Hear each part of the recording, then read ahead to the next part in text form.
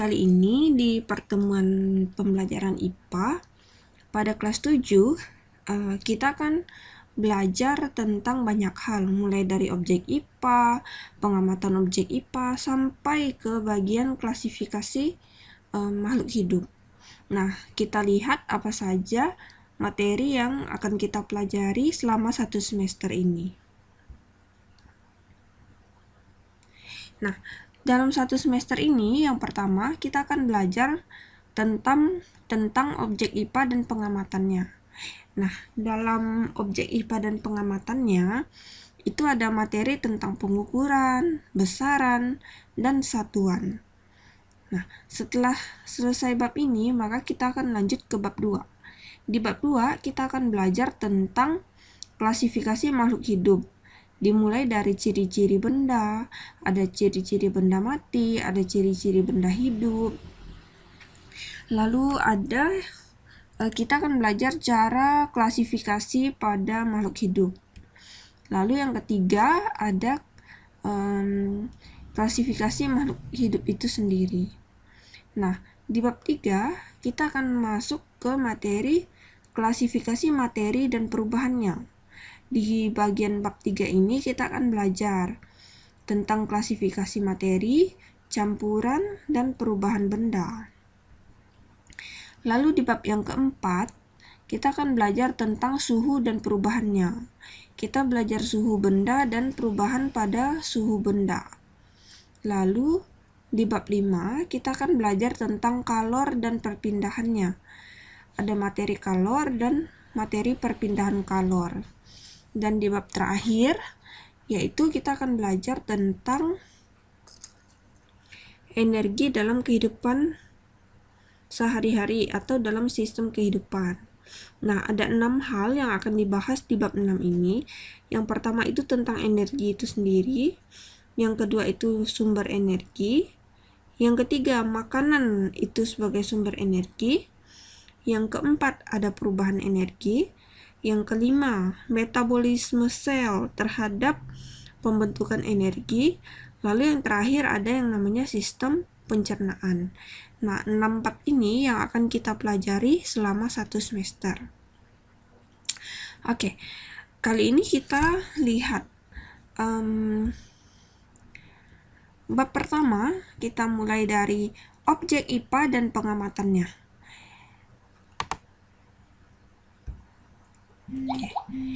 Nah, di bagian objek IPA ini kita akan belajar tentang pengukuran.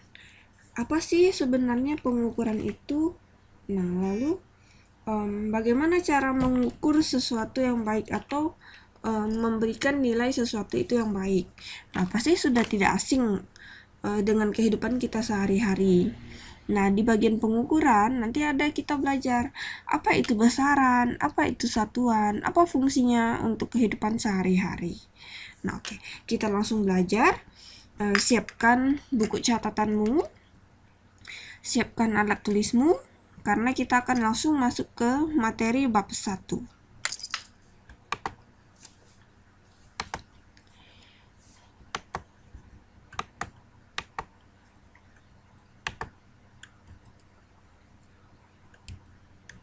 Nah, sebenarnya pengukuran itu adalah cara seseorang untuk mengetahui besaran pada suatu benda. Artinya, pengukuran itu digunakan untuk mengetahui ukuran suatu benda. Misalnya, kamu mau tahu berapa ukuran buku yang kamu pakai, berapa ukuran pakaian yang kamu pakai, dan apa saja yang ingin kamu ketahui ukurannya. Nah, itu yang disebut dengan pengukuran, cara seseorang, bagaimana kita bisa mengukur benda itu. Lalu, pada pengukuran itu terdapat satuan yang disepakati secara bersama. Artinya mau dimanapun pengukuran dengan satuan tersebut itu sama. Mau di Indonesia atau di luar negeri atau misalnya di kota satu dan kota lainnya itu pasti sama. Nah, hal tersebut disebut dengan satuan baku. Nah, sekarang kita lihat dulu tabel urutan satuan pada kelipatan 10. Nah, ini dia. Untuk pengetahuan awal, dalam suatu pengukuran itu ada tingkatan nilainya. Yang paling besar itu namanya tera, lalu yang kedua itu ada giga, yang ketiga ada mega, yang keempat ada kilo, yang kelima hekto, yang keenam deka, yang ketujuh desi, yang kedelapan senti, yang ke-9 mili, yang ke-10 mikro, dan yang ke-11 adalah nano. Nah, tera itu artinya 10 pangkat 12. Sedangkan giga adalah 10 pangkat 9. Sampailah ke ukuran paling kecil yang disebut dengan nano. Nano itu nilainya adalah 10 pangkat minus 9. Nah, itu ukuran yang paling kecil dari suatu pengukuran. Perlu diingat bahwa dalam pengukuran ada juga yang disebut dengan SA atau yang biasa disebut dengan satuan astronomi. Nah, untuk nilai satu satuan astronomi ini nilainya adalah sama dengan 150 juta kilometer. Bayangkan betapa besar, berapa jauhnya dalam konversi satu satuan astronomi. Nah, biasanya kalau satuan astronomi itu digunakan untuk apa? Ya, kita lihat saja dari namanya. Sudah ada kalimat astronomi. Artinya, satuan astronomi ini biasanya digunakan untuk benda-benda langit yang berada di luar angkasa.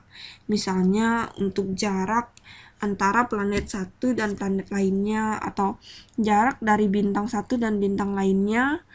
Nah, itu diukur biasanya dengan satuan astronomi atau disingkat dengan SA. Lalu yang kedua yang perlu kita ingat, ada yang namanya 1 tahun cahaya. 1 tahun cahaya itu juga sama, digunakan biasanya di luar angkasa. 1 tahun cahaya itu artinya sama dengan 9,5 triliun kilometer. Nah, kamu bayangkan dong berapa jauhnya 9,5 triliun kilometer. Nah, itu disebut dengan 1 tahun cahaya. Oke, sampai sini Ibu harap kalian paham ya, dan catat hal-hal yang penting. Lalu yang berikutnya, contoh. Kalau kita ingin mengetahui jarak bumi dalam satuan kilometer, nah misalnya kita lihat contoh soal ini. Jarak bumi dan Mars adalah 5 SA atau 5 satuan astronomi. Berapakah jarak tersebut dalam satuan kilometer? Nah, penyelesaiannya kita lihat.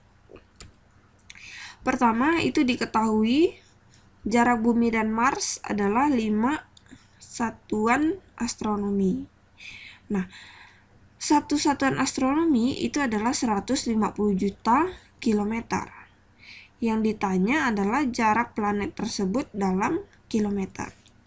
Nah, ingat, kalau 5 SA, berarti 1 SA-nya saja sudah 150 juta.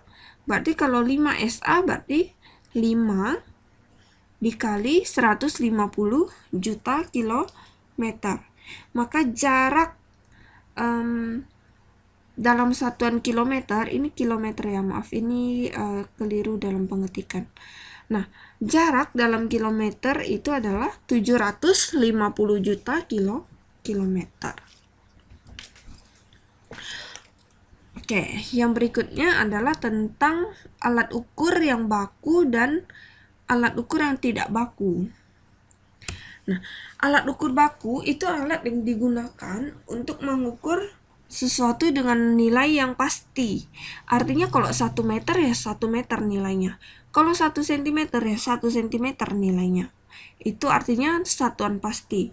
Nah, alat ukur ini contohnya adalah penggaris, timbangan, meteran, mikrometer, mikrometer sekrup, jangka sorong, neraca, dan masih banyak alat lainnya. Itu contoh alat ukur yang baku. Artinya, kalau kamu bawa kemanapun, nilainya akan sama jika diukur dengan alat-alat ukur yang disebutkan di sini, karena dia termasuk alat ukur yang baku.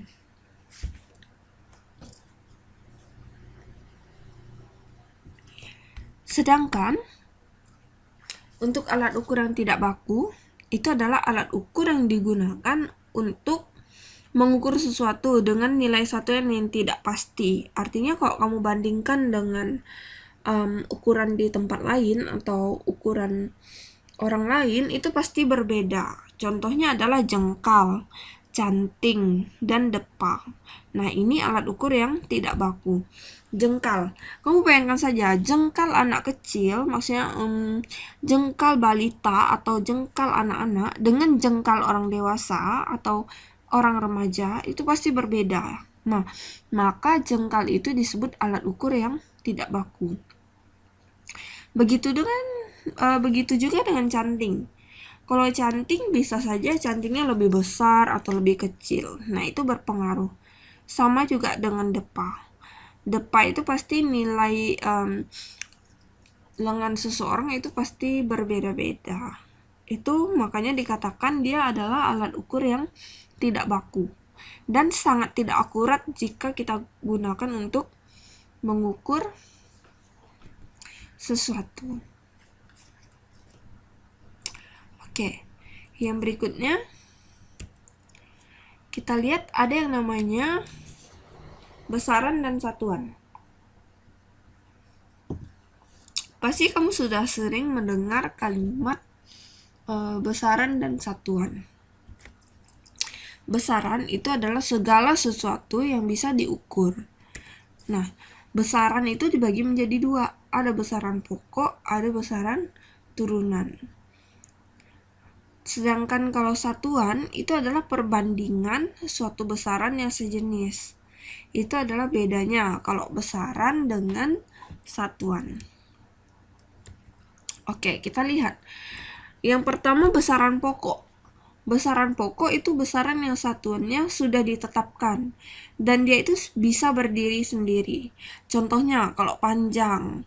Panjang itu dia bisa berdiri sendiri. Artinya tidak perlu bantuan besaran lainnya. Sehingga dia disebut dengan besaran pokok. Nah, ada 7 jenis besaran pokok. Yang pertama ada panjang, massa, waktu, kuat arus listrik, suhu, jumlah zat, dan intensitas cahaya. Panjang itu satuannya adalah meter, massa itu adalah satuannya kilogram, waktu itu satuannya adalah sekon atau detik, kuat arus listrik itu ampere, suhu itu adalah Kelvin, jumlah zat itu adalah mol satuannya, sedangkan intensitas cahaya satuannya adalah kandela. Nah, bisa dilihat, bisa kamu baca dan kamu catat. Untuk besaran pokoknya ini, simbolnya adalah ini. Lalu di satuan MKS adalah ini. Ini untuk dimensi dari besaran pokok. Nah, seperti itu. Lalu yang berikutnya ada yang namanya besaran turunan.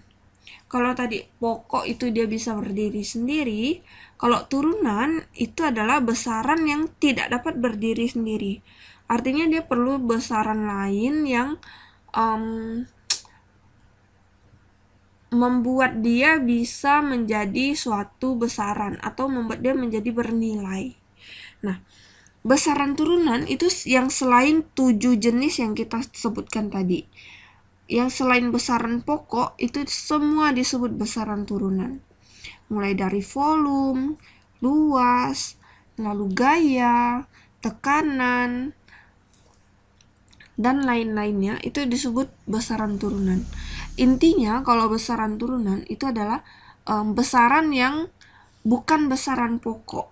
Nah, itu disebut dengan besaran turunan.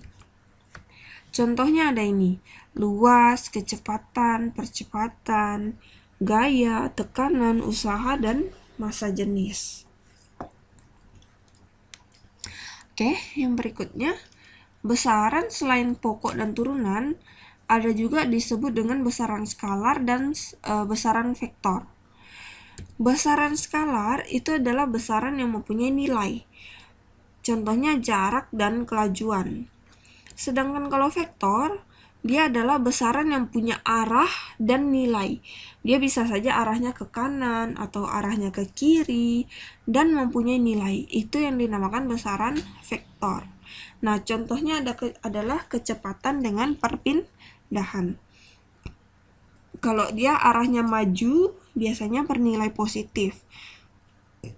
Kalau dia arahnya ke belakang atau mundur, maka nilainya biasa dikatakan nilai negatif. Nah, itu maksudnya. Beda besaran skalar dengan besaran vektor. Oke, penjelasan untuk materi hari ini selesai. Nah, ada latihan atau tugas untuk mengecek pemahaman kalian. Yang pertama itu ada pengukuran merupakan perbandingan. Tuliskan masing-masing 3 jenis alat untuk mengukur. Panjang, alat ukur massa, dan alat ukur waktu. Nah, jadi masing-masing ini kamu tuliskan 3. Lalu yang kedua, tuliskan nama alat yang digunakan untuk mengukur kelajuan, gaya, tekanan udara luar, diameter botol, dan ketebalan kertas. Nah, tulis semua soal ini dan jawab di buku tugas. Lalu kumpulkan di classroom pada judul tugas 1. Nah, nanti kumpulkannya di classroom dalam bentuk kamu memfoto catatan kamu. Seperti itu. Dan ingat juga, materi hari ini harus dicatat di buku catatan. Karena suatu saat akan Ibu minta secara mendadak untuk mengumpulkan buku catatan kamu. Oke, untuk pembelajaran hari ini kita cukupkan sampai di sini. Jika ada pertanyaan atau hal-hal yang belum dipahami, silakan chat di grup atau hubungi guru kamu atau kamu hubungi ibu. Nah, kita akan diskusi dan membahas apa yang belum kamu pahami. Semoga pelajaran ini bisa diterima dan baik dan berguna. Sampai jumpa di pertemuan yang berikutnya. Selamat belajar.